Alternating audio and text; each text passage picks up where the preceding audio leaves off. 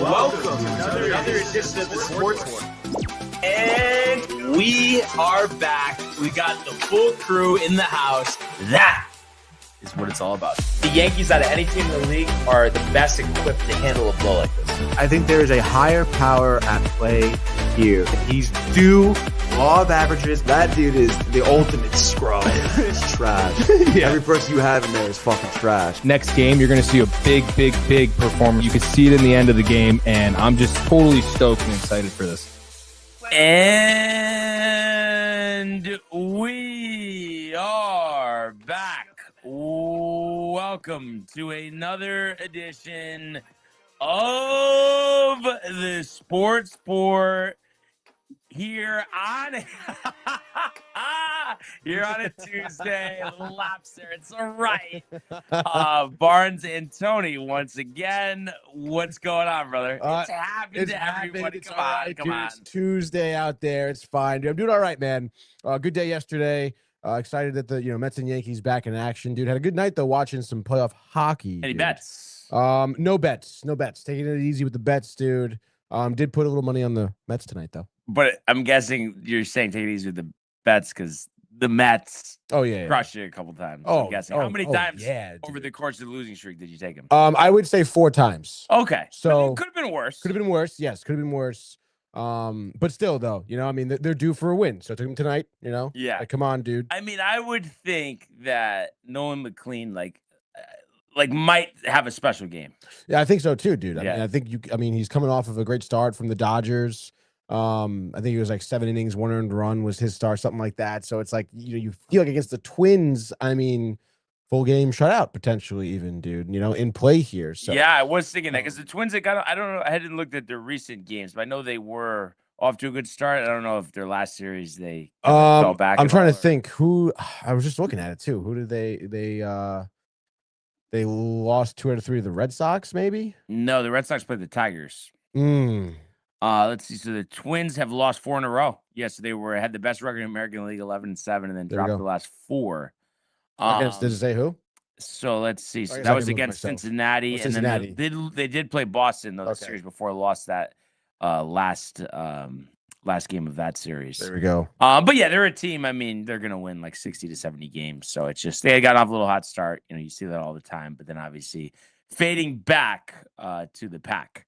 So a lot to discuss. Penguins down 2-0. Did you watch? I watched that whole game, dude. Yeah. Dude, the Flyers are like just completely undressing They just the needed Penguins, dude. Tortorella out. Yeah, dude. But also it just seems like this trend of the older team, very tough, especially in hockey, to win. I feel like it's like, like once you're in your upper 30s, how many times those are the main guys, they win, even going to run, even. When was the last time the Penguins made it out of the first round? Oh, the Penguins, 2018? It's a long time ago. Yeah, no, it has been quite a little while.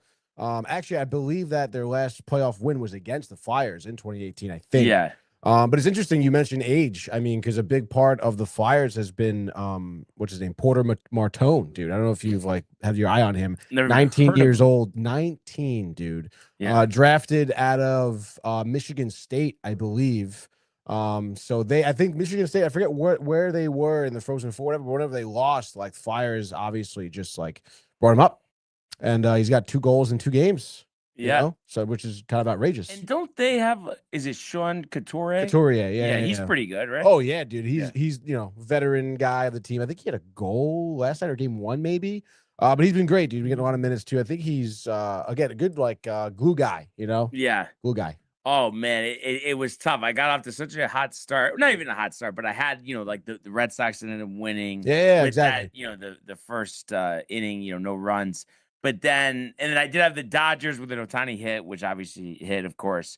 But then I had the Royals to snap the losing streak. They're up 1-0 going to the bottom 9th. I was watching because it was a Fox game. Okay. Fox Sports 1. Fell asleep. Woke up in the morning. So they lost an extra 7-5. I don't know how 7-5 and 12 after 1-0 in the 9th. Crazy. Seth Lugo pitched a gem into the 8th inning. Wow, dude. And then I had the prop bets with the Knicks winning. All the other prop bets hit. And, of course, the Knicks Blow it in the fourth. Blow it in the fourth. I heard they were on the fan. The Mike Brown deflection after the game about not starting the fourth with Brunson and Towns, and I'm sure there's a little angst with Knicks fans, but I think it's just one of those things where I thought it was gonna be a 5-game series. Wouldn't be surprised if they win the rest of the games, and even if it's a little deeper than that. You remember what they did with Detroit, and then they found themselves still in the Eastern Conference Finals. So obviously it stings, but they'll get back out there tomorrow, Atlanta, and I'm sure they'll be ready to go. Yeah, I think so, dude. You think they got game 3 in hand? I think they're gonna win 3 and 4. Okay. Potential slip up in 5, but then wow. All right. Clinch back in Atlanta in 6. Possibly. Okay. We could clinch in 5, but got to win 3 straight.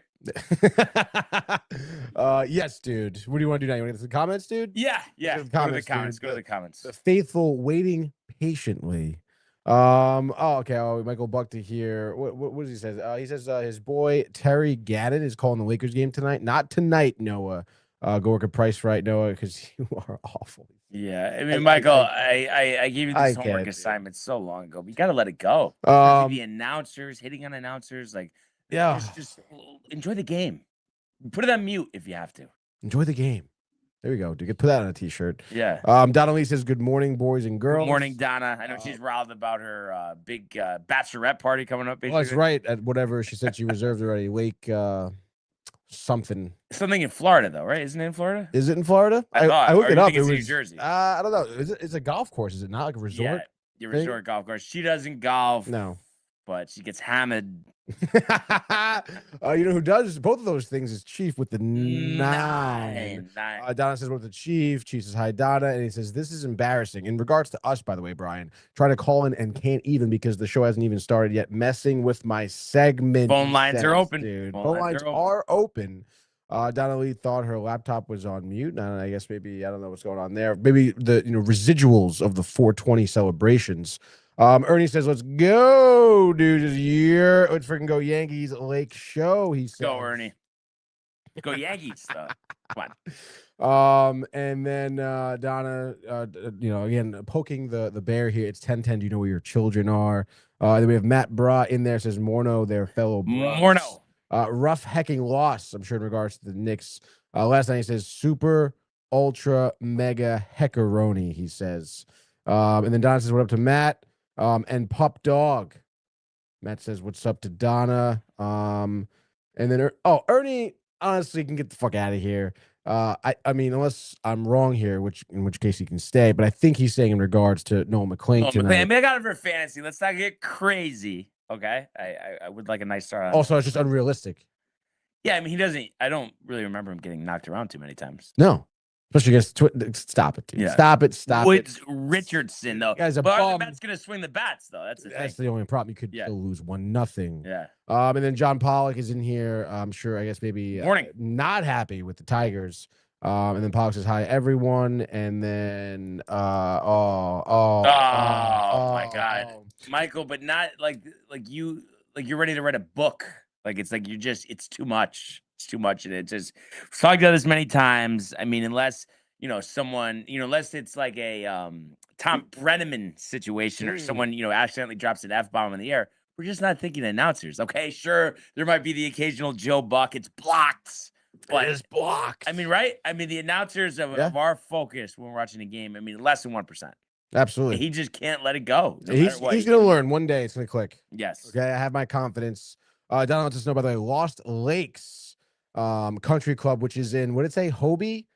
Florida. Hobie Sound, Florida. Never heard of that. And then just rounding out the comments here before we get the Chief here. Let's see. Ernie says RBC 2023 was dope, LMAO. He was talking about how he was watching the rewind. RBC Heritage. His wife called him out yesterday, but then he was trying to deflect it. I'm like, Ernie, come on, just let it go. You're fine. Golf's great. You know it. And then Donna says it wasn't the residuals, it was our late start. People upset with the late start, Brian. Yeah, just Luzardo needed a couple of things. A lot of accidents today, or this last couple of days. I did notice the merit was like jammed up. Some definitely accident, dude. What's going on, Chief? Yeah, Chief is disappointed the most. What's going on? Hopefully, I forgot my normal fucking headphones at home, so hopefully these are all right. Yeah, Tony's giving you the look. He's got the look. Not optimal. No, it's not great. I mean, it's serviceable, I suppose. If I had to give it a comparison, it's like Michael Bucket waxing about Jim Nantz. It's actually kind of funny because I feel like Rick and Dave had some caller call in too, who was like bad connection. They let him go or hung up immediately. But they didn't do the hello. No, they didn't do that. Hello. They did that to me. Did they actually? Yeah, like I don't know. It was like a month or two ago. I do vaguely remember that. It's right, dude. Had him on mute. Dude, fuck them. Because it's like they always keep everybody on hold for over an hour, and then it's like I make a call. I'm waiting for 5 minutes, and then they put me on. Oh, okay. That's the way it happens. What's going on, Chief? What's going on? Dude, isn't it amazing? Like, I know that, like, it's different than, like, our lives, for instance. But, you know, Chief, obviously, the marriage, his son. But it's like he's so close to, like, the Borgata, and he just never goes there. Isn't that amazing? I mean, good for him, but, right? I mean, we wouldn't be able to have that type of restraint. Don't have that discipline, dude. Chief, the exemplar of discipline.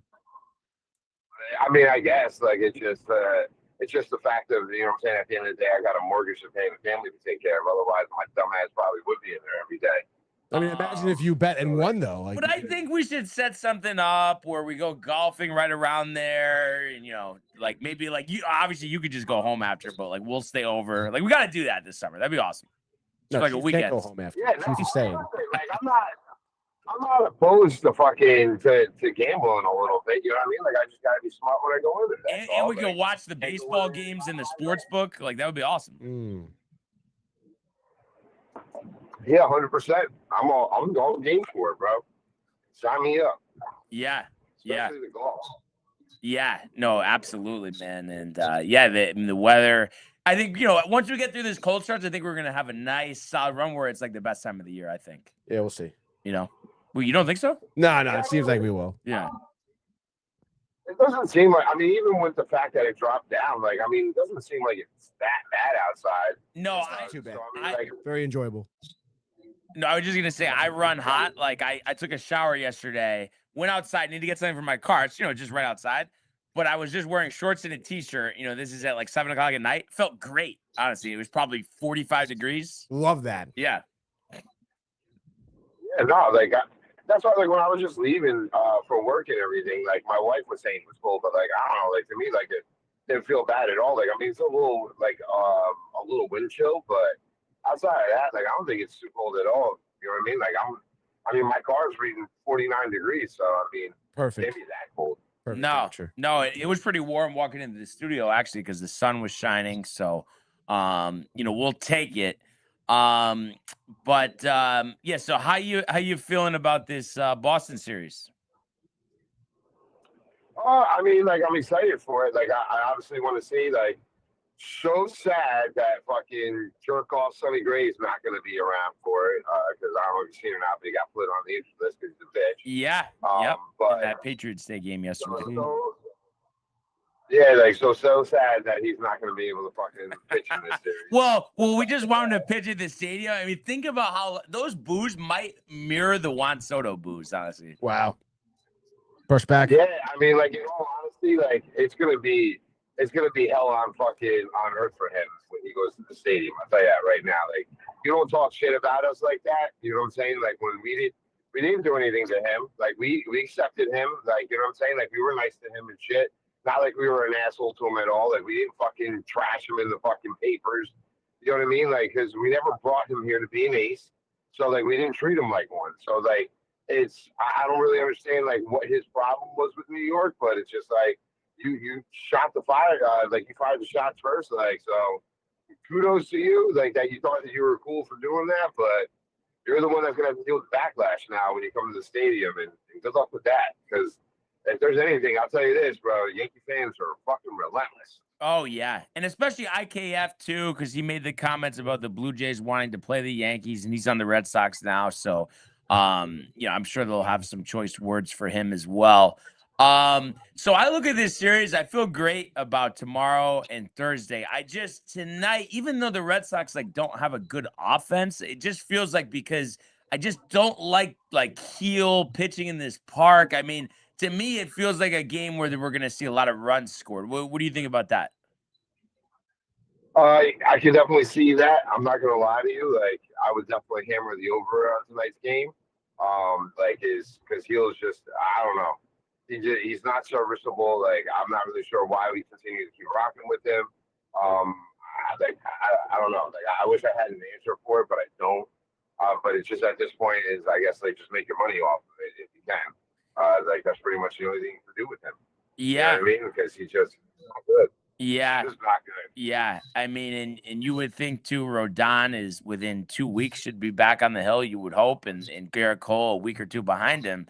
So obviously that'll give him the boot from the rotation. But I just feel like it's like, I know it feels so like, selling low, but I would deal him before the deadline. I just feel like he's not a reliever, and it feels like he just needs a fresh start, even though he only won the Rookie of the Year 2 years ago. I don't know. I just have a tough time seeing it and having a vision of Heel having success with us. Yeah, I mean, like, to be honest with you, like, I think having that Rookie of the Year campaign, like, and then obviously the injury that followed it, like, I think it's kind of derailed him a little bit. I mean, who knows? I mean, maybe he's not 100% healthy. Maybe he thinks he is, but he's not. Like, maybe that's why he's having the problems that he's having. I don't know. I mean, or maybe it was just the fact that he was that one and done because nobody knew who he was, so they didn't know what to expect. They didn't know what his repertoire really was, so, like, that's why everybody struggled. And then now, like, everybody had the opportunity to fucking watch him. You know what I'm saying? Like, now they can hit him because they understand him, and, like, or maybe he's just tipping pitches. I don't know what his problem is. All I know is that, like, I can't wait for Carlos to get back, and I can't wait for Garrett to get back because, like, we need to get him out of our rotation. I mean, like, Will Warren and Ryan Weathers have been very good for us. Like, so I'm not really mad at them either at all. Like, obviously, one of them is going to have to take the seat once the two of them both get back. So, like, that sucks for one of them because they both done their job. They've done exactly what we've asked out of them. Unfortunately, Luis Heel has not. So, like, it's just, like, my thing is, you say trade him. I don't know that somebody's willing to take him. No, they'll be willing to take him. It just you're gonna get like a single A pitcher or something. You know what I mean? It's not gonna be anybody that you've heard of. Somebody would definitely take a flyer. I mean, because pitchers teams always take flyers on. And again, I mean, it's 2 starts. He's only pitched 9 innings, but to pitch 9 innings and give up 5 walks and 4 homers, I mean, that's pretty staggering to me. No, it definitely is. Like, and that. Yeah, 9, bro. That's not where you want to be. I'll tell you that right now. As much as we love the 9, we don't love it in that situation. It's just, I don't know. Like, it just, he really needs like you said, like, maybe like a fresh start for him will make a little bit of a difference. But for me, it's like I just look at like these games are bullshit games. We're gonna lose them, maybe, possibly, or maybe we fucking score enough runs because that, you know what I'm saying? We have the I don't even know who's on the mound for the Red Sox. Connolly Early, who pitched against Schlittler in the wild card series last year. Yeah, which we beat the fuck up out of them, didn't we? I mean, we put up 4 runs, but I mean, we held our own. Won 4-0. I mean, listen. I'll take 4. I'll take 4 like with somebody else. Maybe not so much with Luis Heel. Probably need more like a 7 or a 9.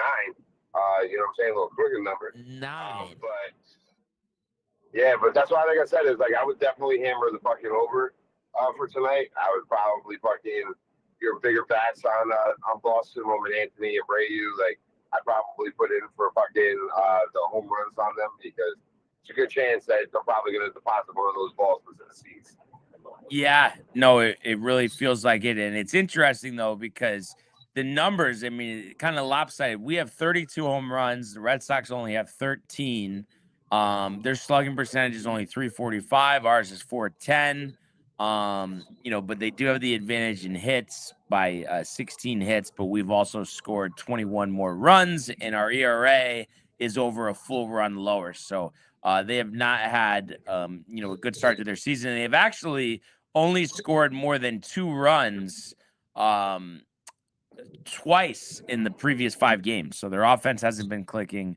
But yeah, it just does have that feel of a classic Yankee Red Sox, high scoring, like a 9-6 game. But at least we're coming off the day off. They just played yesterday. So, our bullpen is rested.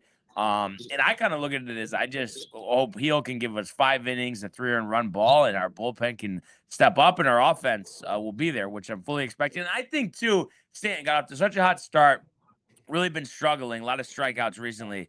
He's always performed well in Boston. I think he has a chance maybe to hit 2 home runs tonight. I think he loves that monster. Loves it. No, he definitely does. He definitely does hit well in Boston too. So does Judge. So like that's always nice to know, especially Judge is on fire the way that he is. So it's great for him to be able to go into this series as hot as he is. So that way, hopefully we can do some damage, especially when you got Heel on the mound tonight. Like we're gonna need the run support for him 100%. So I definitely think like hopefully we can strike early and put up that run support. Maybe if he's on a 4-0 lead, maybe like it gives him a little bit of a relaxed feeling when he gets out there, and maybe he can give us a little bit. Who knows? You know what I'm saying? Like maybe like that's just what it is. Like maybe he needs to be able to pitch from that lead.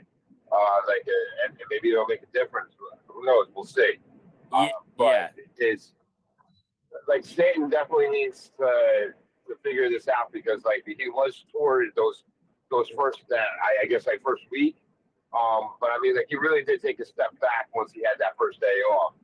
So like that's the only kind of shitty part. It kind of feels like ever since that first day off, like he hasn't been doing good. And this is like that conversation I had with Tony last week. It's just like the analytics be damned, the fucking days off be damned. Like play the hot hand, bro. Somebody's hitting, bro. Like let them fucking hit, because like just like any other player, that hit streak is gonna come to an end at some point. So why it's rolling, do it. You know what I'm saying? And then once you see him starting to struggle, then give him his fucking days off. Like, you know what I mean? Give him 2 days off. Like, who cares? Like, but it's just like when they're hot, bro, like you gotta play that hand, because like I just feel like you're leaving runs on the board when you're allowing these guys to take days off when there's a hot hand. That you gotta play them and you gotta allow them to do it. It's just like that whole conversation that we had with fucking benching Ben Rice and letting Austin Wells start against the lefty. And it's just like, why? You know what I mean? Like Rice is 100% a way better hitter than fucking Wells is. He's the only guy on our team that's batting over 300. Like, why are we taking him out of the fucking lineup? Yeah. Like, you know what I mean? Like, let Rice hit. Yeah, no, and I would not be surprised. I know they haven't done it yet. And also Boone the other day was not committal that Rice is going to play every day. But I think it's one of those things, as he keeps performing, they're going to realize that they can't bench him. And I think for this game tonight, don't be surprised if Ben Rice makes his first start at catcher, because with the lefty on the hill, I know they want to have Goldschmidt in there, and Wells has just been terrible. So I wouldn't be surprised if we see that. You're not going to bench Stanton because that's what they did last time against the lefty to get Rice in there. So that's kind of my prediction. But we'll have to see what happens. But yeah, just so encouraged by the way that he's been hitting the ball so far this season. By the way, Ben Rice, 4 homers, 5 ribbies in his last 4 games. 4 straight games with a homer. Could he make it 5? Chief, do you think he makes it 5 tonight? I do, actually, because I feel like I just feel like he's on that torrid area of like the year, like where you just the ball looks like a fucking beach ball to you. I kind of feel like that's what he's at right now. Like he's locked the fuck in and taking care of business. So like I'm really hoping that he just continues that path and shows Boone and everybody else like he does deserve to be playing every day. Like we all know this. Why they don't know that, I have no idea. But like I don't understand like how you could turn around and look at the guy that like he's hands down been your best hitter of the year, or most consistent, I should say. You know what I mean? Like, because obviously Judge is always going to be your best hitter, but he's been your most consistent hitter so far this year. It's like I just don't know how you take that out of your lineup. Like it just, especially for a guy that's very inconsistent.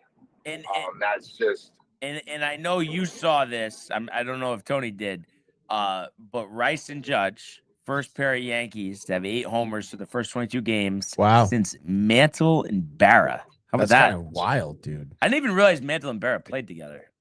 I don't know. For some reason, I thought Yogi I guess was they haven't before, played for a while. Yeah, you would think so. But Barra was first, though, Chief, right? Yeah, like Mantle was a little later on. Yeah, Barra was first, but Mantle was there like very shortly afterwards. Like they played a good portion of their careers together.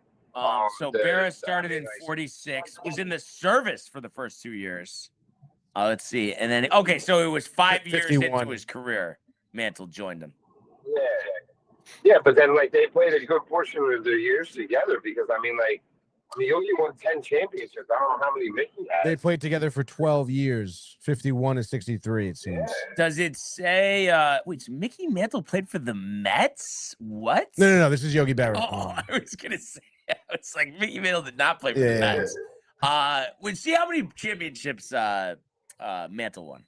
Oh, that's Ben Rice. It might up there. 7 times. 7 world championships. And Yogi had 10? Yeah, Yogi had 10. Yeah. And it's crazy. Ruth only had 4. Like you would think that he would have had as many as those guys. Mm. You would have thought, like, especially too with the, you know what I'm saying, like the fact that he was with the Red Sox first, like you would have thought like that he would have had more than maybe that. 4 with the Yankees. Yeah, 3 with the Red Sox. Yeah. That's what it is. But I just figured, you know what I mean? It seemed like, Murderers Row years and stuff that they just won every year because he's out homering teams and all that. But yeah, only 4 championships for the Yankees. Yeah, like it's kind of crazy. It must have been a crazy time to be alive. Really, how hammered you in Prohibition. Ruth played what, 1914 to 35. So 22 years. 22 years with the Yankees? No. What? 15 years. 14 years. Yeah. No, 15 years. See, 14 on the years? bottom it says it. 15 years Yankees. Oh yeah. Yeah. I mean, like 4 championships in 15 years. I mean, it's not. Listen, it's not horrifying. You know what I mean? Like. Yeah. Like, we would have taken it the last 15 years. I did. It just felt like every time Babe Ruth, took the field, they won. But yeah, I mean, obviously winning's hard to do, but yeah, I'm pumped to get back out there tonight. Even one off day, it seems like we haven't played in forever. Yesterday, Chief, did you watch any of like the hockey or the basketball, or what was your deal? No, I actually didn't because like I was telling you yesterday, like I started training at 204B yesterday, so like I'm not like all my like downtime that I normally have, like I'm spending like trying to teach her shit so that way like she can take over so that way I can go back to doing my normal hours. So I didn't really get a chance to like. I actually didn't even get out of work until almost 9 o'clock last night. Wow. So fucking it was a long day, and I didn't really get a chance to like. That's why like I was on court with the guys and whatnot on the way home, and like everything seemed like it was going good for the Knicks.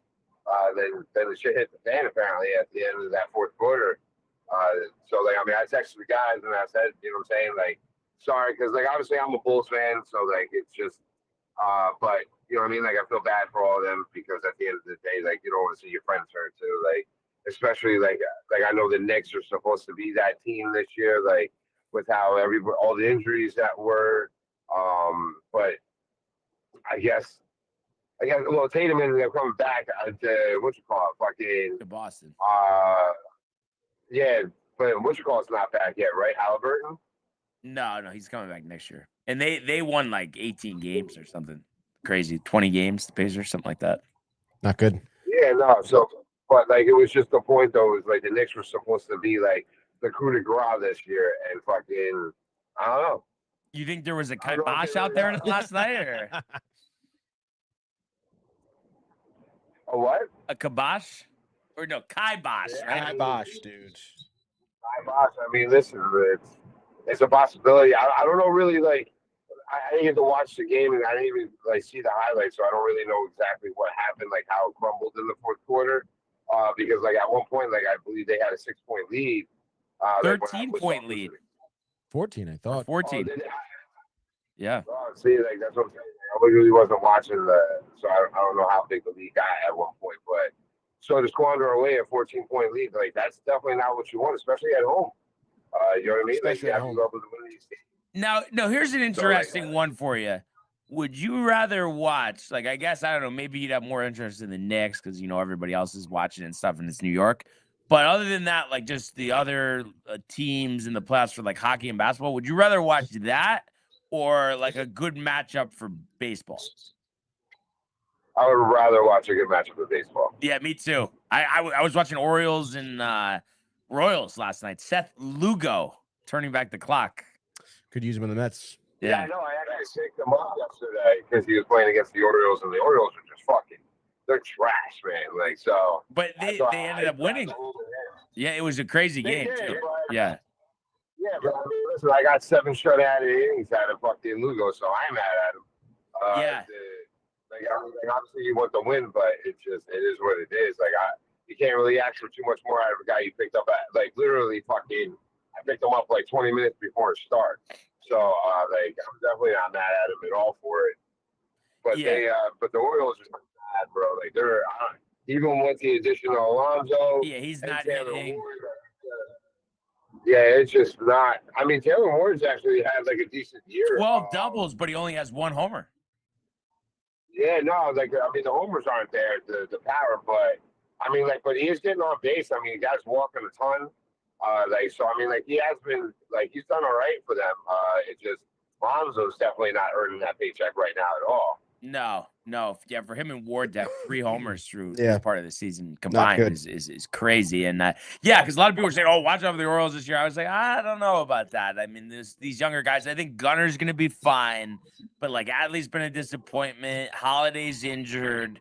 And I don't really think the pitching is that great. So it'll be interesting to see, what they do. I get why they made the trade, but I don't understand the trade in the same sense of going for Taylor Ward and getting rid of Grayson Rodriguez because he's supposed to be a stud.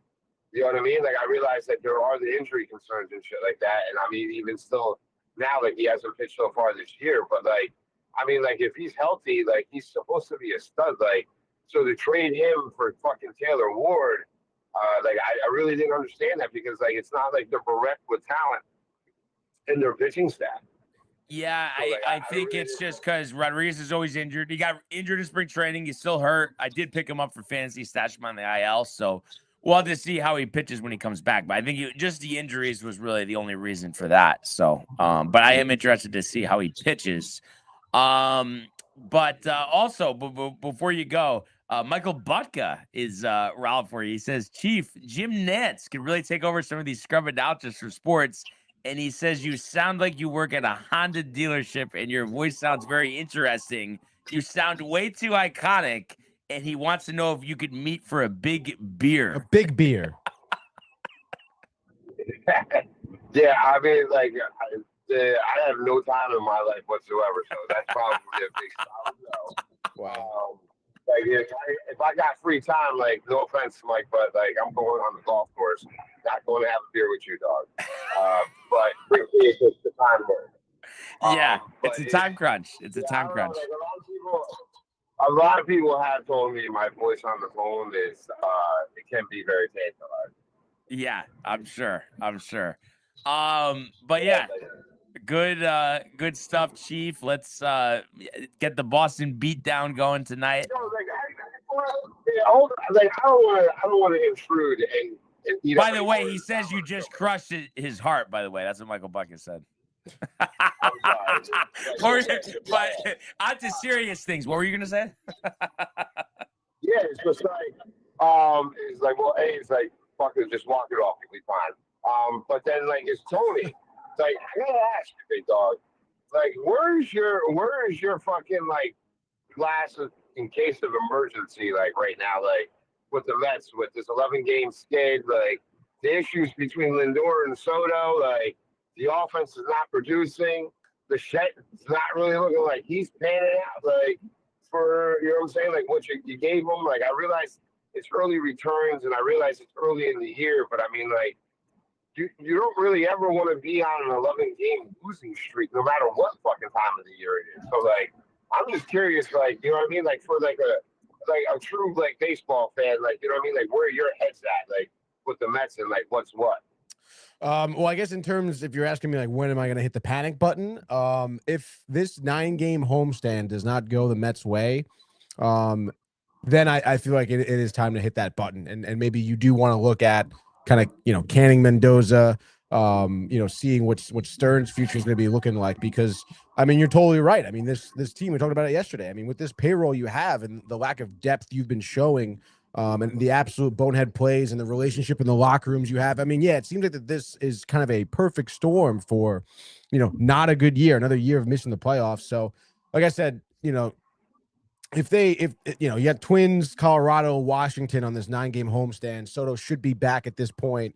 At the end of these 9 games, if Lindor doesn't get his head out of his ass and, Soto doesn't come back kind of firing away, yeah, you do want to be like this season is going to be kind of a wash almost. Like it's like because like something I was talking with them last night. Like it's like, do you think that Lindor is like possibly trying to play himself out of town? Like, do you think that's where like these defensive blunders and like and you know what I'm saying? Because like he just realizes that like. Because like this is my thing, right? Like you hear about this leak last year, and then again this year with between the two of them and like the issues and shit like that. Bro, like there was none of that when he was a Yankee. Like there was never a problem between him and Judge. And like I understand that like there's no questioning of who's the best player on the team and who's the captain of the team with the Yankees. Like obviously that's Judge's team, so you're not really gonna argue with him. But like. Like I just feel like maybe like this was just like a setup for failure from the door, with the fact that like you pay Lindor this money, like he's kind of like the unspoken captain of the team. He's Mr. Smiley, like that's who he is. And then you turn around and you go out and you give fucking Soto $725 million. Like, bro, like how's that not a slap to the face to Lindor? You know what I mean? Like it's like. Like I understand that, like you want to get the best player available, and you want to try to give your chance, your opportunity to win. But like, how is that not a slap in the face? Like the dude makes double the fucking money he does. You know what I mean? Like that's like, how do you not expect problems? I mean, I understand where you're coming from, but I don't know, man. I mean, at the end of the day, like again, like what are the Mets not going to sign that contract for Soto because of Lindor? I mean, that's crazy. I think at the end of the day, it's like Lindor has to take that ego away from the game, to be honest. Like if you're a professional ball player, no matter how much money you make, all you guys are on the same team with the same common goal here, which would be to win a World Series, by the way. Lindor's got to get past that, in my opinion. Do I think it was odd when Cohen came out and was like, I'm never going to pick a captain? Like, I thought that was kind of a slap in the face to Lindor, in my opinion. And maybe that's weighing on his mind a little bit as well. But at the end of the day, I mean, Lindor, again, in terms of the way he's been playing and an explanation, I mean, maybe playing himself out of New York could be an explanation. I mean, there's been no other explanations in regards to his level of play. Even, again, I've been, watching all these post-game conferences of Mendoza saying how crazy it is that Lindor is uncharacteristic. This is very unusual for Lindor to be doing this. And so it is kind of, there's a lot of speculation in terms of why he's playing like the way he is, which is piss poor. But again, I mean, at the end of the day, I mean, you can just, as a fan, you got to hope that these two guys can just squish whatever this locker room problem is. And again, if I had to favor who was maybe in the wrong, I would maybe say Lindor because of the track record with other players that have been on the Mets. You can go back to the McNeil problem. And yes, it could have been McNeil's, he's a hothead, but regardless, I mean, this team just has to find a way to gel with each other. And I don't know. I mean, you hear in documentaries, even, Jeter, A-Rod, I mean, you don't have to love the guys you play with. You just have to be able to be, have enough chemistry on the field to get you to win games.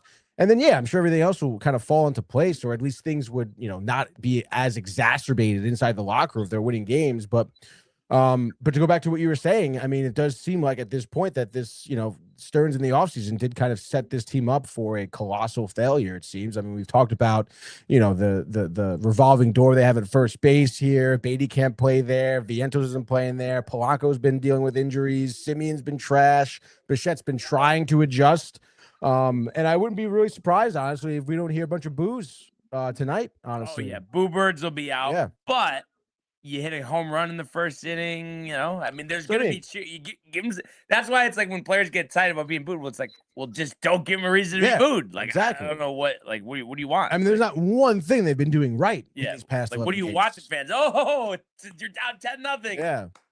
I mean, it's like, come on. But yeah, dude, I mean, after this 9-game home stretch, I mean, if things aren't going the Mets way, you really have to severely, Cohen should be severely evaluating, who he wants to put in charge of this team. Because right now, I mean, it just looks like Stearns is absolutely lost in terms of roster construction. Yeah, no, he definitely does seem like he is. And like, that's why, like, it's, like when, like, I turn around and like I say, it's just like, the whole Bo Bichette signing, like, I just feel like it was just like, again, like, he's trying to throw super glue at a gash, like, you know what I mean, like, and hoping that it stops the bleeding. And it's just like, no, like, what you need to do is you need to suture it, like, you know what I'm saying, so that way it will heal properly. And it's just like, so like, you have a gaping hole at third base, go get yourself a fucking third baseman. Like, don't throw a fucking shortstop at third base and expect him to fucking and expect it. I got to work in the carrier's fucking hampers rolling away with the wind, so I had to peep at him and let him know so that we could go run it before it fucking hit somebody's car. But yeah, like it's just to me, like, it was such an asinine decision. Like, Bo Bichette is a fantastic offensive player. He truly is. I'm not taking anything away from him at all. Like, I would have been perfectly happy if the Yankees would have signed him. Like, you know what I mean? Like, if at the end of the day, like, he's not a very good defensive shortstop, but neither is Volpe. So, like, if you're gonna give me what you're gonna give me offensively, like, I'll eat the fucking defense. Like, it is what it is. Although, like, I don't know if you've seen Barnes, but Volpe's been burning it up down there in Somerset. So, who knows? I mean, I understand it's but he had, and apparently he's got 1,000%, you know what I'm saying, for fielding right now. So I saw him though, short arm a couple, and I don't want Lindor though, and I don't want Volpe either. So maybe they both could. Maybe Volpe can play second on the Mets, honestly. Yeah, I mean, listen, I don't want Lindor either. Like, you know what I mean? Because like at the end of the day, who does? I think I have to assume that like he's a locker room cancer at this point. You know what I mean? Like, and I don't need that, not for the cost, the cost that it's going to come with it. And like, that's what, like I was saying last night, it's just like, is someone really going to take Lindor and all that money that he's owed, knowing that he's a locker room cancer? Like, the Mets might have to eat a ton of fucking money in order to be able to move him. And like, that's going to suck because like, if you move him, like, you're obviously going to have to fill that hole there at shortstop. And like, so you're going to have to fucking pay somebody to play that when you're already paying him. And that sucks.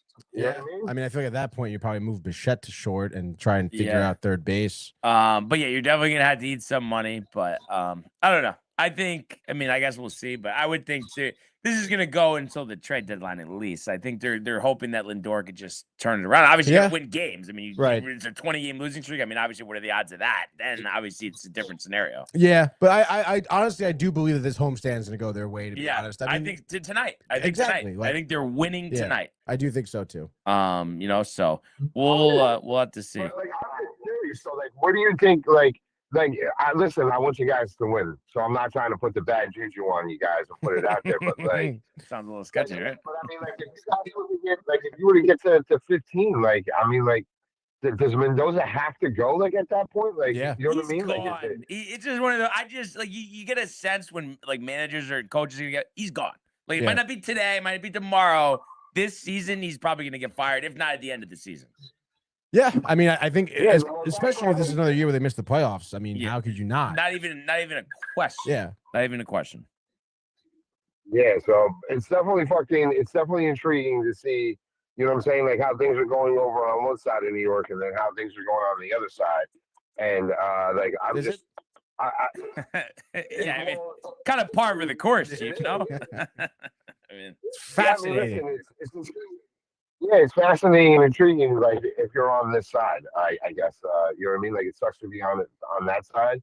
But you know, hopefully, if you have these guys, like, hopefully they can put it together and fucking and get their head out of their ass and start playing ball the way that they're supposed to and the way that they're capable of it.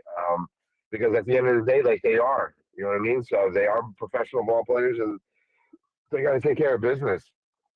So hopefully they'll be able to take care of it. Hopefully. But yeah. So like my bad. I didn't want to take up more of you guys' time.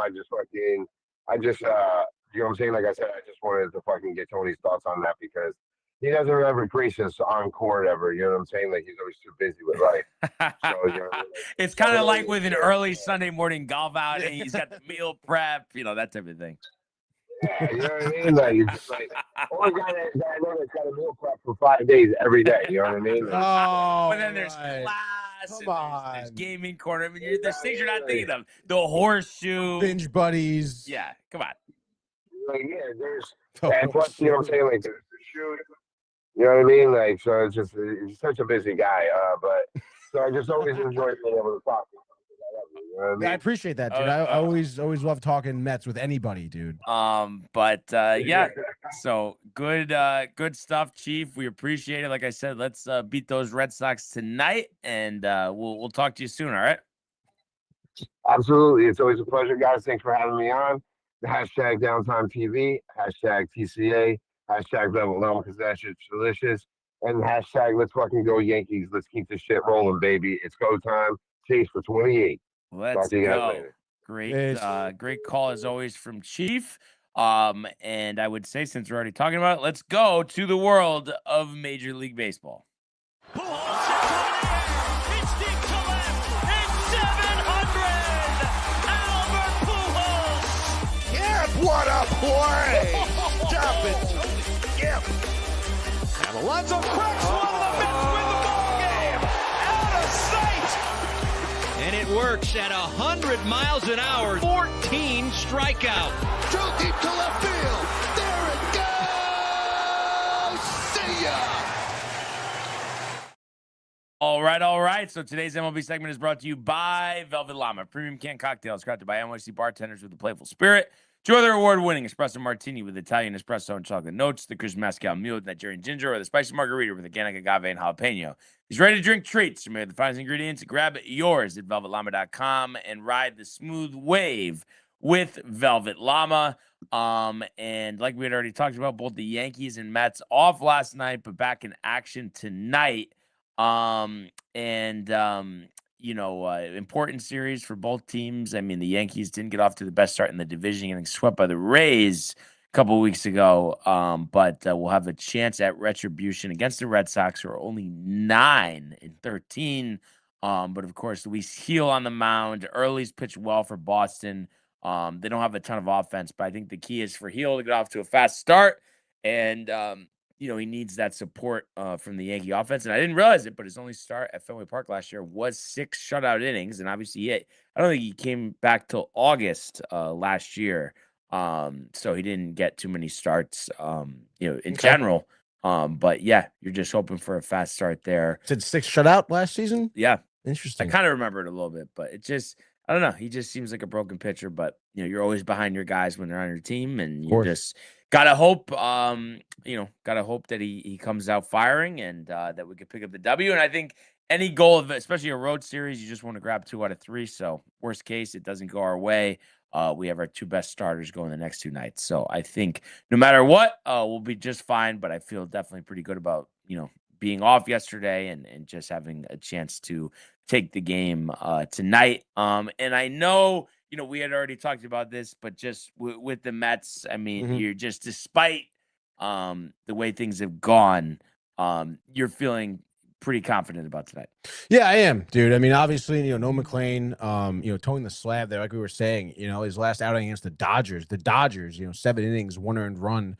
I mean, that's exactly what you want out of a player like that, a pitcher like that against a team like that. So you would imagine against the Twins, he could put up something that resembles that, which, again, I mean, obviously over these 11 games, the Mets haven't put themselves in terms of their at-bats in a position to win. But having that start in your back pocket, I mean, it gives you a good scenario to get the dub. So you would imagine the Mets would be able to put up a few runs, you know? I mean, you're going to do your prediction, but I mean, are you expecting an onslaught or somewhere in the, okay. All right. Offensive explosion. There we go. Lindor. 1 RBI, right? 1 RBI in the season, 1 homer in the season. Homer. Yeah. Maybe leadoff homer. That would be great. Yeah. That would be ideal. No boost. sarcastic cheer though? You think with Homer or not really? Yeah, no, real cheer. Real cheer. You know, Real cheer. again, like you said, you know, when these players are playing for your team, you get behind them. So Yeah, it's like no matter how tight you are as a fan, when something happens that's good, you're gonna be riled. Yeah. But yeah, so that's good. Anything that was of note here in the comments. I know Ernie wants Lindor, but I don't want Lindor. I mean, it's just and why not? Because of the locker room problems? Yeah. So you do think that he's the crux of the issue? I know he is. Yeah. Right. And I do think it's because he's like, you know what I mean? He just like has to, because I remember like when they did we've talked about this, but they did like the mic'd up at the All-Star game years ago when he's on Cleveland, and him and Jose Ramirez are out there, and Jose's like, yeah, he doesn't shut up on the field. And it's just not everybody likes that, like in your face, constantly talk. Like it's just some people just want to, like, it's just like when you want to just watch a game, some people want to just play a game. And I think that's just not going to jive well with everybody. Yeah, no, I mean, it is. Especially you're not producing. Sorry. Stand by. Especially when I'm producing. And I know my prediction. Ernie's going to tell me how Lindor's so great and how we need him on the Yankees, and there'd be nothing to worry about. Yo, what's up? Ernie. Yo. What's going on? What's going on? How's everybody doing? Chilling. So my question is, it'll be quick because I know he started going off about Lindor. Just my quick question, okay? Because I've always loved Francisco Lindor, phenomenal player. If he's trying to play his way out, wouldn't you want the caliber that he is at shortstop when he's playing ball, when he wants to play ball? No, because also, first of all, I will say this. I think he's injured. With that handmade injury, we've seen people struggle to come back from that. But also, if we're going to go with the theory that he's like trying to, quote unquote, play his way out of town, I would never want to touch with a 10-foot pole any player that's going to purposely sabotage the way that they're playing. Like, you don't belong in the major leagues if you're doing that. Nah, I don't agree. I think if he wants to play his way out of fucking Queens, you just no, and I know you love him, and it's Team Rico and all that. But absolutely, but also we have a gaping hole at shortstop. But we have Lombard. We don't need a 33-year-old shortstop that's making $40 million. But he just you got your Lombard at third and Lindor at fucking short. But you got the Rico jersey on. It's just not a smart move, especially we've talked about this already. With the constraints of the budget, that is not where I want to spend the money. And also, Ernie, do you put any validity to the fact that like Lindor is the locker room problem? And we've seen obviously the issue with McNeil right now with Soto. I mean, do you think his ego is going to fit in that Yankee locker room? No, you don't think. No. I'm gonna be honest with you. I don't honestly think he's the problem. I think he feels disrespect. I think what you said is kind of true. I think you hit it I think you hit it with nail on the head when Cohen or Stearns said that they weren't going to flat out name a captain. Mm-hmm. I think he took that personal. Yeah, I mean, and to what Chiefs' point, he's the guy that, fine. You had Alonso, you could say that Nimmo and McNeil were a big part, but they weren't necessarily like the face. If you were going to say who was the face of the Mets, it was really a conversation between Lindor and Alonso. Am I correct? Mm-hmm. Oh yeah. Okay, so you ship out Alonso, you sign this guy to a massive contract, and then you flat out say, oh, we're not going to call who's the captain, who's this. They already don't necessarily mesh. The face of the team has changed. I do believe maybe he just wants out. And I don't think it's an ego issue. I think what he signed up for is maybe no longer what is around him. You get what I'm saying? And him taking that as, oh, you're not going to make me a captain. I'm the longest person here. I'm your star. I'm one of your, should be your star player. You're not going to name me captain of the team. I just think it's more than just like, oh, he has a big ego, this, that, and third. Like, you got to kind of like take a step back and look at it overall, no? I mean, listen, the whole, not naming a captain thing, I agree with that. But at the end of the day, I mean, you're still a professional Yeah, ball player. yeah. I know you feel the same way. I just don't have any type of like capacity for like we're supposed to feel bad for these players and they're playing so bad because like they're upset about something. Then you retire, okay? Because there's plenty of people who would take your job. I'm so sick of the modern day athlete, the dramatics, the entitlement. Do your job or go home. Like enough is enough. I do agree with you, but at the same time, if they want to figure out a way to get out of where they're at now, you can't necessarily knock their tactics. But go see Peter Rosenberg at BetterHelp then if it's that big of an issue for you. Like it's just like I'm just so tired of hearing about stuff like that. It's like, do you realize how lucky you are? Yeah, and not for nothing too, but I mean, like Lindor isn't on like the Rockies. He's not on the Twins or something. You know, like you're trying to tell me if Lindor is playing at his best and this lineup is playing to their full potential, they're not going to be competitive. Like it's crazy that he would think that, oh wow, like this isn't really the team that's around me that when I was brought in.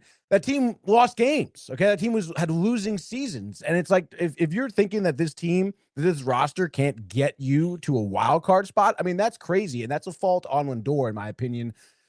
I mean, I don't think that this, theory is out of hand or out of pocket to say, because again, I mean, the way he's been playing, I mean, what's been the explanation? There hasn't been an explanation. So obviously is something the only going other on. explanation.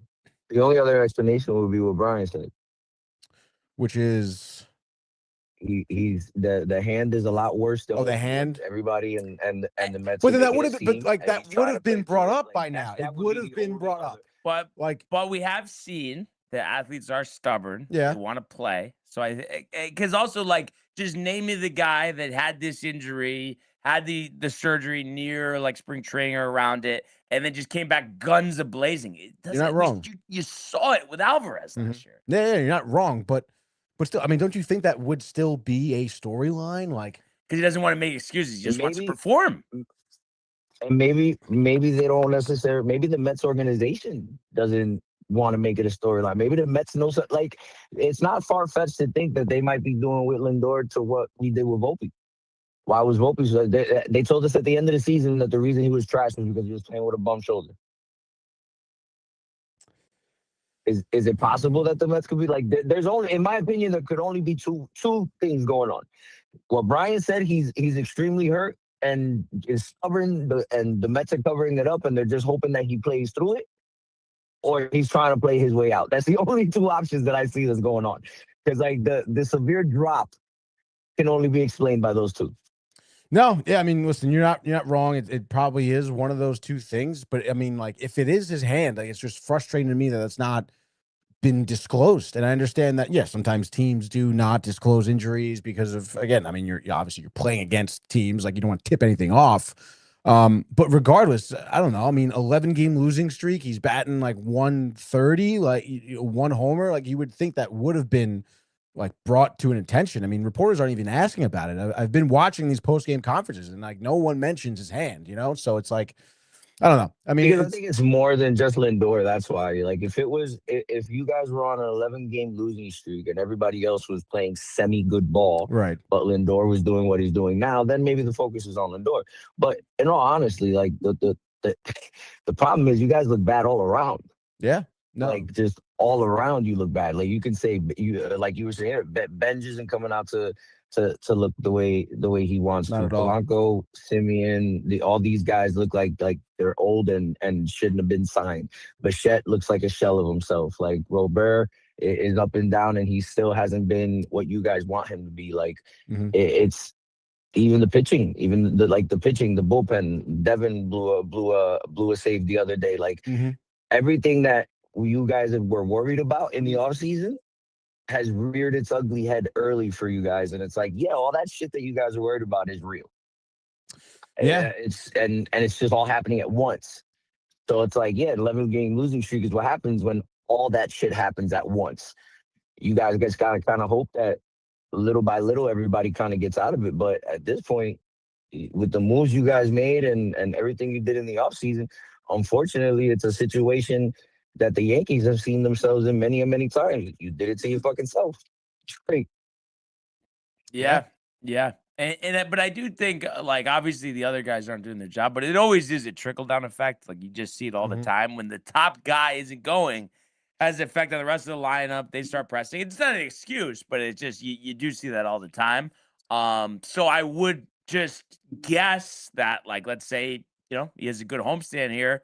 It's a 9-game homestand, isn't it? Yeah. Is Soto back fully? No. Again, right now Mendoza. What? No, because I thought I read something that said that they weren't gonna like push him to come back. Last I heard, they expect him to be back this homestand. Originally Mendoza had kind of had this series circled for Minnesota. I don't know if that seems, plausible right now, but they still are sticking to this homestand. He'll be back. What was the injury? Calf. It was just a calf strain. Yeah. I forget who they were playing. Maybe he was against the Dodgers. I know he slid into third, right? Yeah, it wasn't even a slide. He just was running from first to third. And you saw it as he rounded second, something must have popped or pulled or something. Because then he just started kind of lipping to third, and that's when he was taken out of the game. Gotcha. Yeah. No, I mean, look, it sucks. 11 games. It's more than just like, Yankees talking shit to Mets fans. Like, when you lose 11 in a row, you got a couple of issues all around that kind of get fixed out. But like, I don't think it's a. Do you think it's a coaching issue? Like, do you put it more on the coaching or just the players? Because me and Barnes say it all the time. Like, at the end of the day, these guys are on the field. Mm-hmm. They're hitting, they're pitching. They're the ones that are playing. Like, you can't put the blame on every other aspect, mostly on the people that are playing. But like this, you got a very high payroll. Like, this shit is weird. You know what I'm saying? Like teams that have this big a payroll, even when they struggle, they don't look this bad. So like, what is it the management? Is it Stearns? Is it Cohen? Is it Mendoza? Like, I mean, again, like kind of what you were saying. I mean, a lot of different things going wrong, so you can place the blame on all. I've seen Mendoza make tough calls. I mean, that decision not to walk Nico Horner on Sunday against the Cubs when you had first base open, he ends up winning the game for them. Maybe you should have walked him. Maybe you shouldn't have been using Richard Lovelady so much as you were during this 11-game lose streak. But again, I mean, like, at the end of the day, I do share the sentiment where it is players in the field that should be held accountable at the most. Because again, you don't get like these poor performances from poor management. Okay. And for what it's worth, that's been one thing the players have been lauding is the coaching staff and Mendoza after each game, putting them in the right spot, right mindset to succeed. It's just about them executing. Again, take it with a grain of salt if you want. But I would tend to blame the players. And then honestly, secondarily blame Stearns, to be honest. I really do think Mendoza is almost at the least fault, which is unfortunate because he probably will be the first to go. Oh, yeah. Because at the end of the day, and it's funny because it's not even funny, but like usually you hear people like back up the manager like that. Usually it's like within a couple of weeks, like he's gone. Yeah. And that's just how it works. And I think you can look at it as like, yeah, players play the game, but then it's like, clearly the management has to look at it as like, well, this guy has just no impact on the team because it's just happening and nothing's changing. The same things keeps happening. So how are you going to be like, we need this guy? And again, I mean, you want to like maybe dive deeper into coaching. I mean, look at Benj's like spring training. Okay. It was phenomenal. So clearly the coaches were doing something right. And then up to the majors, it just seems like maybe he is just not at that level yet, So I don't know. I wouldn't really necessarily, hang the coaching staff out there to dry here. But at the end of the day, I mean, you're going to have to start to make moves if this homestand does not go your way and Benj is still batting like ass. You're going to have to get him out of here. You have to figure out another spot, But we'll see. So now, a question for you two before I leave, and then I'll go ahead and listen to y'all answer it. Deadline. I mean, clearly the Yankees can make some moves. The Mets should make some moves. Where do you guys think we go at the deadline? In Queens and the Bronx, where do you think our minds are gonna lead towards? That's what I wanted to know. So I'll let you guys answer it, and then I'll watch you guys later. All right, Ernie. Thanks a lot.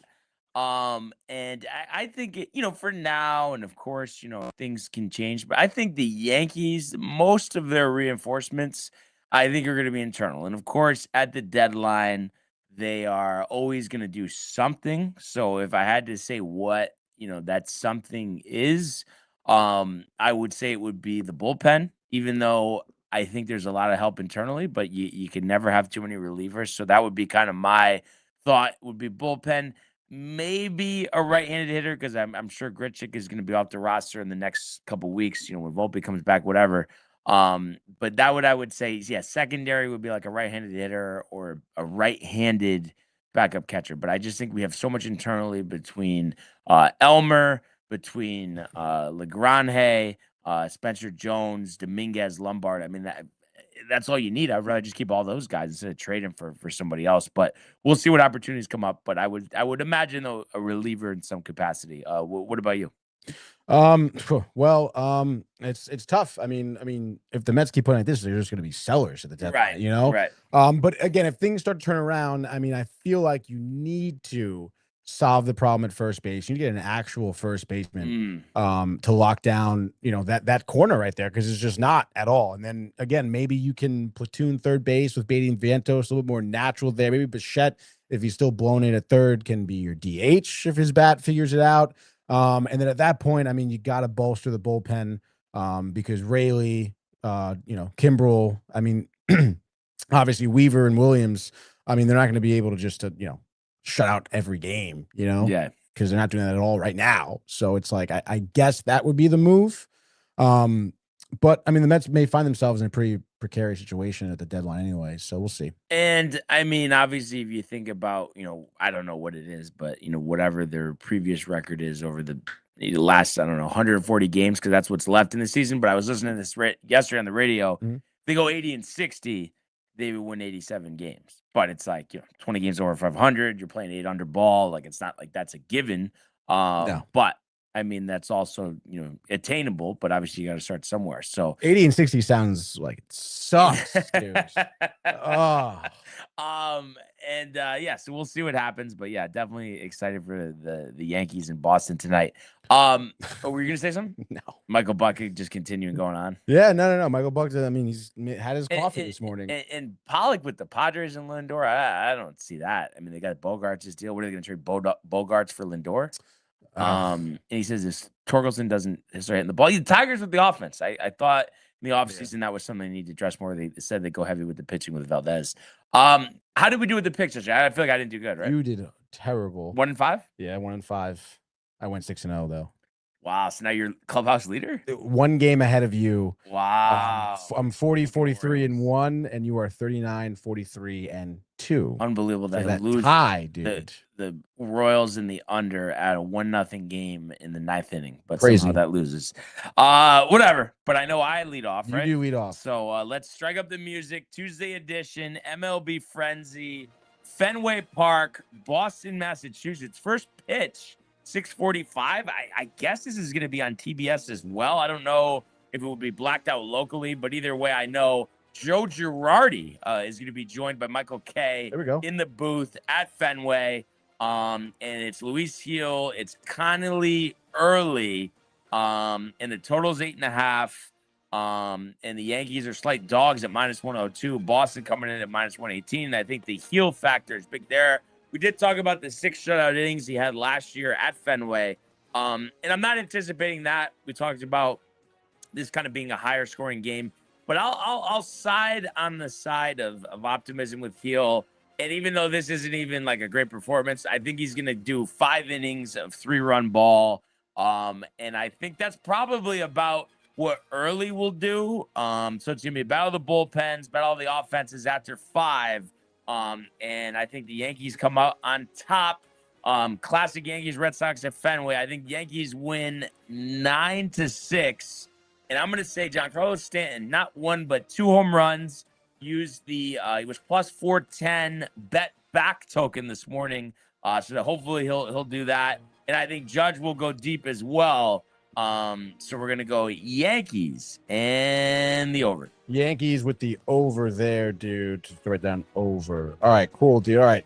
My first game, obviously here, maybe to my own fault. We're going into Citi Field, dude. 7:10 p.m. Mets hosting the Twins here for the first time this season. Mets -175. Over under is your 7.5. We said it before. Simeon Woods Richardson towing the slab for the Twins. He's 0-3 with a 6.10 ERA. 20 and 2/3 innings pitched. He's given up 26 hits, only 11 Ks, 7 walks. So not great there. Obviously, Nolan McLean on the other side of things, 1-1, a 2.28 ERA. Definitely been dialed in since his first start, which has been great. I mentioned the start against the Dodgers. Great job there. Twins, we said it as well. 4-game losing streak, just got swept by the Reds. They're playing some bad baseball, no offense, poor pitching. Obviously, the Mets have not been playing any better at all in these past 11 games, but they're going to be snapping this 11-game losing streak tonight, Brian. McLean, the full game shutout, okay? Bullpen, don't even worry about it. And I know Brian loves to do the first inning, no run scored. Don't do that this game. Over. Yeah, obviously hammer the over. Yeah. No, but over. Or on the innings. Yeah. You could do first that. inning. Yeah, that's over fine. 1 run. Yeah. Lindor, Dave. Homer, silence the boos, bring on the cheers. Offensive explosion there, honestly. Bo Bichette has himself a day, 3 for 4 with 2 doubles and 2 ribbies. Alvarez gets himself a homer, leading the team with 5. That'll be after tonight's. I say Mets rout the Twins. I'm going to say 8-0. Give me the Mets and give me the over. Book that right now. All right. So I am going to say let's go to Oracle Park, San Francisco, California. Wow. The Dodgers, the Giants, one of baseball's oldest rivalries here. And you have Yamamoto versus Raup. And the Dodgers, -186. Total is set at 7. First matchup, first of 13 between the two teams this season. Giants are only 9-13. The Dodgers are 16-6. And I think Yamamoto dominates 7 innings, 11 strikeouts, 7 shutout innings for Yamamoto. And I'm going to say Shohei Ohtani with 2 dingers, 1 into McCovey Cove. We don't see balls go there anymore since Barry retired. And I think the Dodgers will end up winning this one by the final of 6-0. So give me the Dodgers and the under. And the under. All right, next game, second game for me. Let's go to Arizona, Chase Field, D-backs hosting the White Sox here. Arizona -156. Over-under is the 9. Sean Burke, no relation to our Sean Burke. I guess is throwing the slab there. 4.43 ERA with Colorado. 0-2. Merrill Kelly getting his 4th start, I believe, of the year. Or maybe 2nd start, I guess, maybe 5 1/3 innings pitched. Does he only have 1 start under his belt, really, for Kelly? Yeah, he started out. Started out with injury. 5 1/3 against Orioles, 2 earned runs, 1 homer was what earned him those 2 earned runs. So I say it's pretty quality start here for Merrill Kelly. 6 innings, 3 earned runs. The D-backs, I guess, just lost to the Toronto Blue Jays 10-4, which snapped a 5-game win streak. So they go back to their winning ways tonight. I want to say this hits the under, in my opinion. Burke kind of gets hammered a little bit, maybe like 3 innings, 5 earned runs. But the bullpen ends up kind of closing it out a little bit. I say final score, I would say D-backs 6, White Sox 2. So give me Arizona with the under. Marte, 3 ribbies on the game. Third and final, kind of crazy. Coors Field, it was snowing a few days ago. Hours before game time. But we have the Padres and the Rockies. Obviously, Rockies just finished up that series with the Dodgers and actually grabbed 2 out of the 4 games. The Padres have won 4 out of 5. And you have former Yankee Randy Vasquez against undecided for Colorado, which means a beatdown. You would think, even though Colorado 9-14 but 6-4 at home. But I think the Padres put up a 10 spot, and we're still waiting on Tatis and Machado start hitting. I think they each go yard, and I think the Padres win this one 10-4, over and out. Padres in the over. Padres with the over. All right, next game here. I guess let's go to Nationals Park. Why not? Braves trying to keep the good times rolling. They've won 6 in a row. Beat the Nationals last night 9-4, but Rafael Iglesias, I believe, to the 15-day IL. Thank God for one of my fantasy teams. I have Robert Suarez. So there we go, dude. I feel like Suarez would do pretty well, to be honest. Yeah, it really should be the closer over Iglesias. Honestly. So I'm going to say over-under is the 8.5 here. Give me Braves and the under. Matt Olson, top of the ninth, 2-run homer, puts the Braves up 4-3. And then why not? Suarez closes it out in the bottom, gets the save. Braves win this game. Like I said, final score 4-3. Braves under. All right. So just like that, your MLB frenzy. So we'll see with both New York teams back in action. If a couple W's can be picked up, and let's try for a W in another edition of the Immaculate Grid. Yankees. So obviously, let's start there. And for Yankees and the Nationals, if you want to do Starlin Castro. Starlin. Oh, yeah. There he is. Castro. And then Tony Womack. Tony Womack. 0.1, Brian. Let's go. And I had MVP? Yogi at 9. I'm just curious if Hank Bauer won MVP, because if he did, I feel like nobody even knows who he is. Right. Let's see. But I'm not seeing MVP. Okay. All right, just go with Yogi. It is what it is. 9%. And then I do have for Boston and the Nationals, Orlando Cabrera. I like that one. 2%. And then Sean Casey. Sean Casey's a good one. And then Mo Vaughn. 2% again. Let's go. All right, Mo Vaughn. 6%. There we go, dude. And then left to right here, Vlad Guerrero Sr. Come on. You had him. I know. There he is. Nice. Brandon Phillips. Nice, dude. And Michael Trout. Wow. Oh. Tort. Torella. Mike. Yeah. Torella. One of the Nice, easier dude. grids. I'm trying to think though. What really? I guess the 6 and the 9.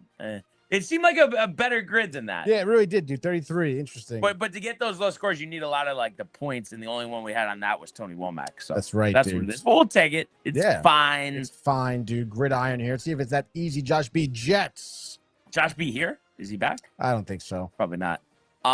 So moving left to right from the top, Jamal Adams. And then Jason Myers. Jason Myers. Geno Smith. Wow. Let's hold off on the Raiders Cowboys because Witten was 10. I just want to think if I could do better. Dead Nuts, Morris Claiborne. Morris. Oh, Morris. And then it's there, Claiborne. Yeah. Yep. And then Roger Staubach. Roger. Staw. Staw. S-T-A-U. A-U, dude. There we go. Went to Navy. Wow. And then Packers, Raiders, Matt Flynn. 1%. And then Muhammad Wilkerson. And it's M-U-H. Oh, there it is. Oh. 0.6. And then I feel like we always run into this. I guess we got to go with Jordan Love because it just maybe there's somebody that I'm missing, but it just Marvin Rogers. So Raiders boys, I'm just trying to think if there's like a just wanted to get something better, but just thinking about like receivers. I don't think it's Isaiah Stanback or a kicker. Dan Bailey was never on the Raiders. The other guy that they had. I guess I could check Stanback. That other guy. Kind of crazy. No grid help today, huh? Yeah, no. I mean, it really seems like you haven't really needed it. No. We fired him off. He didn't play for the Raiders. Can't believe there's like no one else though. You know what I mean? That would be kind of thinking about like backup, not Mariota. Trying to think about like not Joe Milton, not Kyle Orton. Not Not Carson Palmer. Andy Dalton. No. I mean, what do you think? I mean, go with the 10 or look it up, see if there's a diamond in the rough. All right, I'll look it up. Might as well, right? I mean, we're here. Yeah.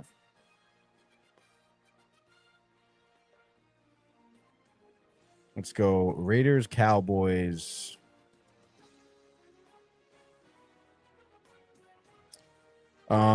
Oof. I don't know if this guy is going to be more than Witten. How much is Witten? 10. Oh, 10? Oh, okay. I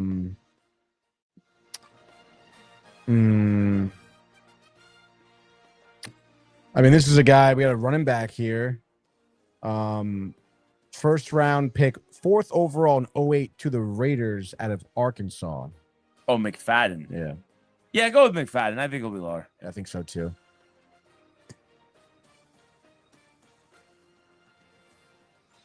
Oh, same thing? Same thing. All right. All right. Well, then there you go, dude. All right. Basketball. Hardwood, we go. Here we go. No locals. No locals. For the first time today? First time today, right? So for the 5 assists for the Warriors, Baron Davis. Baron Davis for the Warriors. And then 7%. Paul George for the Clippers. 6%. Okay, and then let's see here for the Jazz. I'm trying to think about who is. I wonder if Dante Exum. I feel like he was disappointing. Who else is? I don't know why. Like Jazz point guards. Like obviously there was Stockton, but then it's not Rodney Hood. I don't think Jordan Clarkson ever did it either. Oh, Jordan Clarkson did 2%. Nice. There we go, dude. Jordan Clarkson, your starting point guard. 2% for the Clark man. Okay, let's see here. The Warriors and the Spurs. I don't. Seth Curry didn't play for the Spurs, did he? There's somebody else that I'm thinking about, but and let's see, the Clippers and the Spurs. They're kind of weird. Kings. The Kings has got I wonder if Harrison Barnes is gonna be too much or no. 18%. But just do Seth Curry for that one, actually. Kings and Warriors. Kings, Warriors. Oh. Not death. Come on. Yeah, 2%. that's it. Sit. See, that's what it's all about, no? Exactly, dude. Let's see, the Kings. Kind of like random role play. It's not. I don't think it's Kaman, right? Who's not around the Kings, but other guys. Not Barnes wasn't. Jazz Kings 2. Jazz Chisholm. Come on, dude. Yes, no. Just the basketball, I swear, just hasn't been hitting. The Spurs Warriors, though. Who am I missing there? Spurs Warriors, kind of. Is it not Beatrice? Andres. No. I mean, look up spot. Yeah, start with the Jazz because they're always the hardest. I feel like Jazz the other ones I might be able Kings. to get. Do Jazz Kings. Yeah.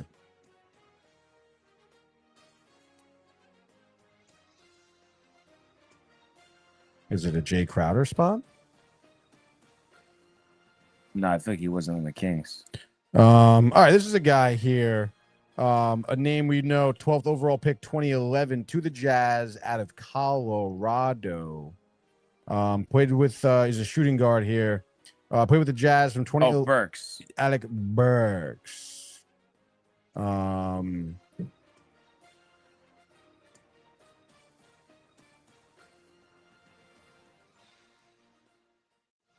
All right, dudes.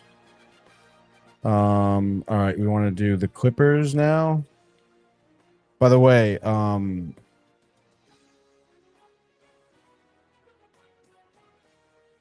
Jay Crowder on that list.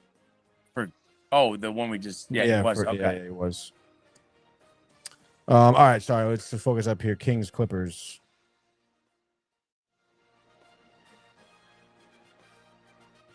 Let's see. Any help from the gallery? None, dude. All right, let's go. Kings, Clippers here. Did you say this guy's name already? Oh, this is a guy though. You know this guy.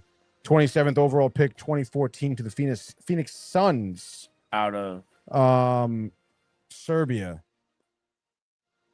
What position? Looks like he's a shooting guard. Oh, Bellinelli? No. No. Well, but he's probably Spurs Warriors, isn't he? I don't know. Let me check. Yes. So indirectly, Tony. Oh, you said Spurs Warriors. Marco Bellinelli. Oh, and then I think actually right below him. No, what? No, what? This is actually aggravating me. Okay. 25%. What the? All right. Just keep Serbia shooting guard, you said? Serbia shooting guard, drafted in 2014, but did not play in the NBA until 2017 with the Kings. And I've mentioned him. With Sacramento. Yeah, we've used him for good before. Played for Atlanta in 2020. Then was with the Clippers 2024 and 2025. Currently with the Clippers. Oh, Bogdanovich. Yeah. Bogdan. You think that'd be high? Nah, it'd be fine. 1%, dude. Is there, but that's going to be high. So for Clippers, Spurs, do Jazz and Spurs. Let's just see if anyone said anything negative. Of course not. Of course Nobody not, cares, dude. Nobody cares. This is a guy, dude. Interesting. And not Rudy Gay. Not Rudy Gay. All right, let's see who we have here. Is this guy maybe? Do you know? This guy seems like you've used him before in a grid, I believe. This guy was the 26th overall pick in 2008 out of what the hell is this? IUPUI? George Hill. Yeah. And I think that probably would have worked for Clippers and Spurs too. That is LA Clippers? No. Okay. No. George Hill. 11%. So let's go Clippers Spurs now. Not named Paul George. Or Chris Paul. Chris Paul, rather. A lot of Pauls, a lot of Georges in here, right? Come on.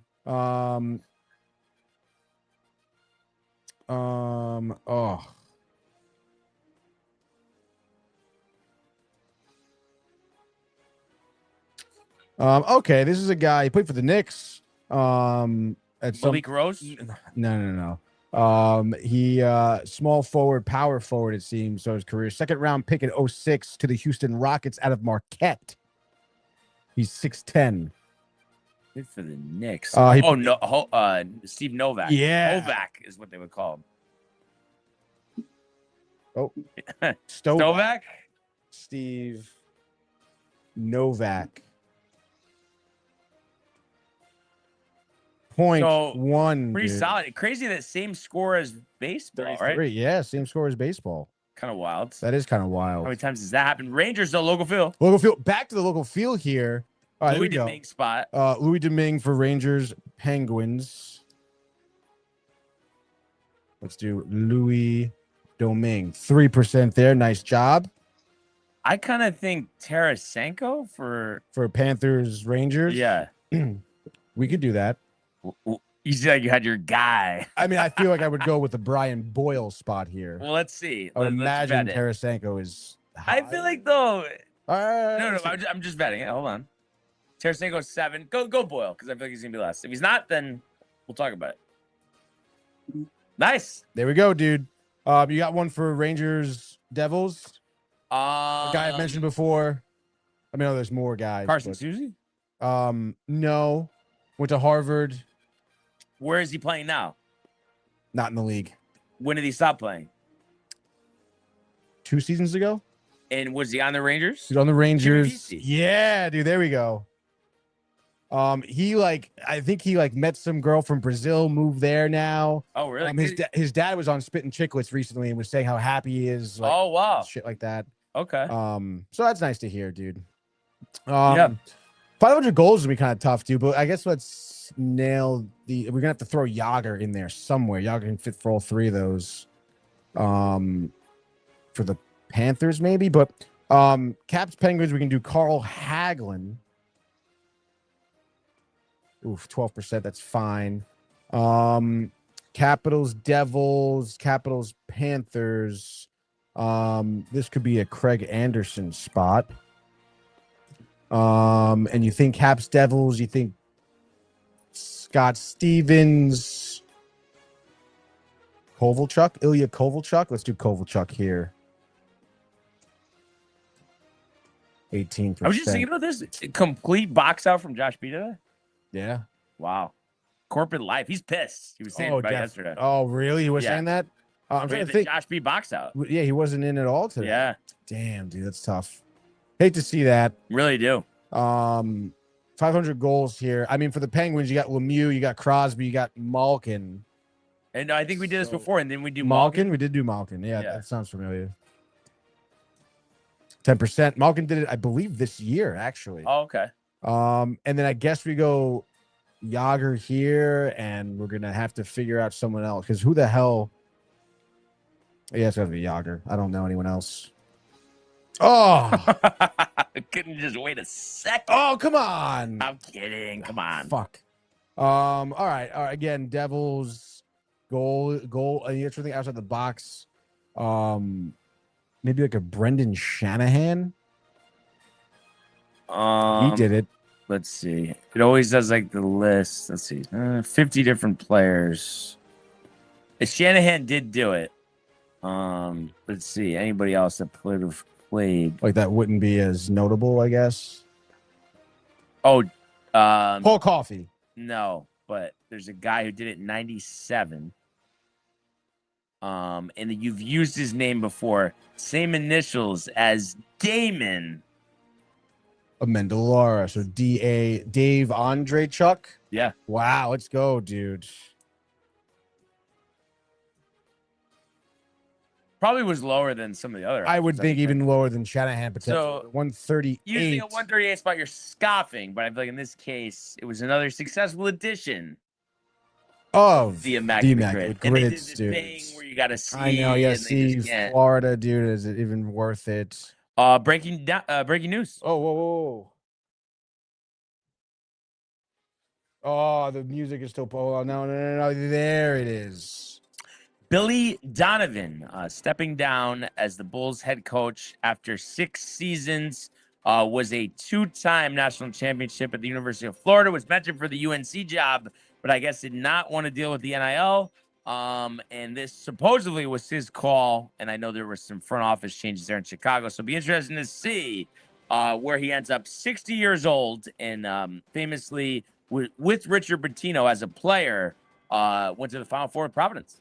Yeah, wow, there we go. So Billy Donovan out. Not good. In Chicago. Who's going in? Who knows? Michael Jordan? Maybe. No. Hey, I'm surprised Chief wasn't on top of that, right? Yeah. Chief. I also saw, I don't know the details, but Coach K's grandson charged with DWI. That's not good. A DUI collision that killed a team. Oh. 15-year-old bicyclist. Had a .11 BAC. Not good. Jeez, North Durham. That's terrible. .11? Yeah. It's not even like that high.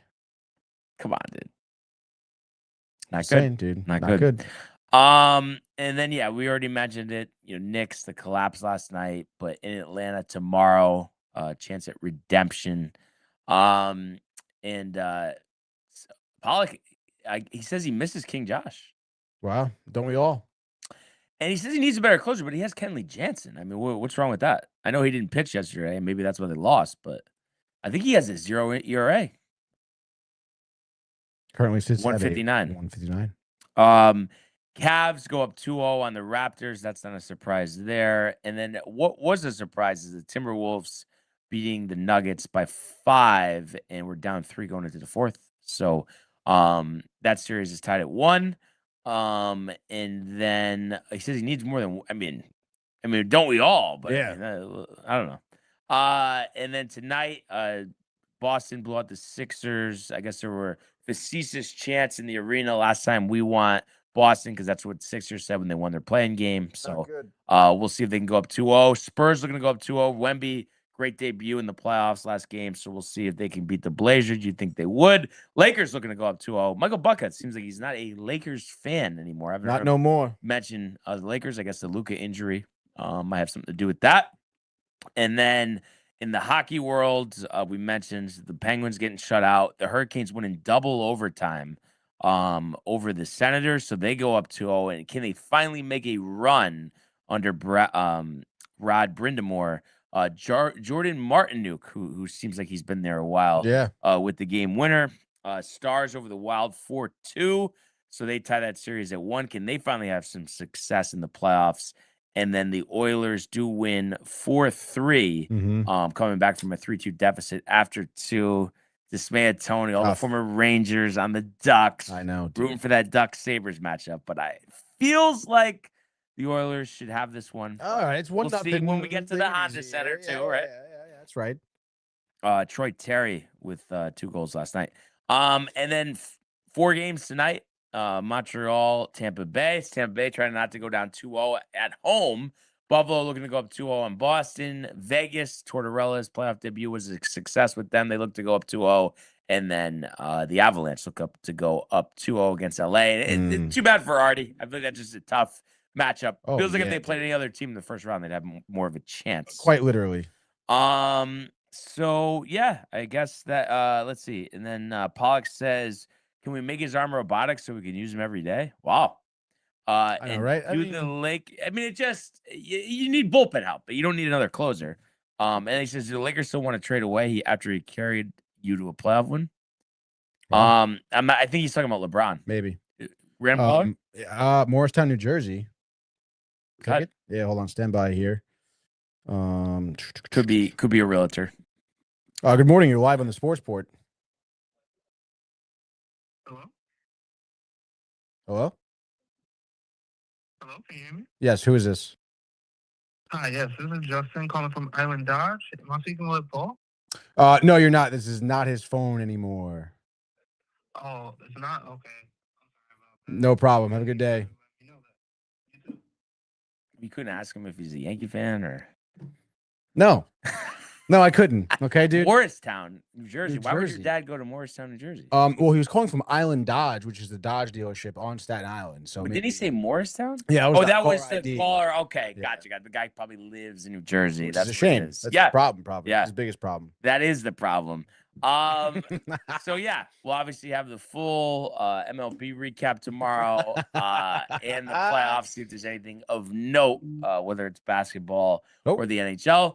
And then previewing the Zurich. Brooks making his return to the Zurich, teaming up with Shane Lowry. So I guess no Rory this year. So we'll talk about that as we inch closer to those opening tee shots in Newton Square, Pennsylvania at Aramunk.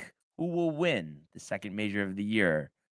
I know you're still thinking Scheffler, but it came close last week, so I feel like you think close 2 weeks ago. Yeah, like you're gonna put a ticket in. I would. Yeah, I would. If I had to put a ticket on a player, it doesn't matter. I got a couple long ones on. I think it's Xander Schauffele 21-1 and Cameron Young 25-1. I like those. Definitely, they're in the mix. Yeah. Definitely. Oh, for sure. Schauffele's won a PGA championship before, so we will see. But yeah, great show today. Really appreciate everybody who tuned in and continues to comment, like, and subscribe. All of the archives on the YouTube page, Tony, Michael, Renee, and Jay in costume, the merch at DowntimeTV.com. Want everybody to enjoy the day, enjoy the games. Let's go Yankees, Let's go Mets. And we will see you Mañana. Hey guys, Tony here from Downtime TV checking in. I want to thank all our fans out there who's been liking, subscribing, sharing our content. You guys are the best. You guys are our bloodline. You make us love what we do. Thanks again.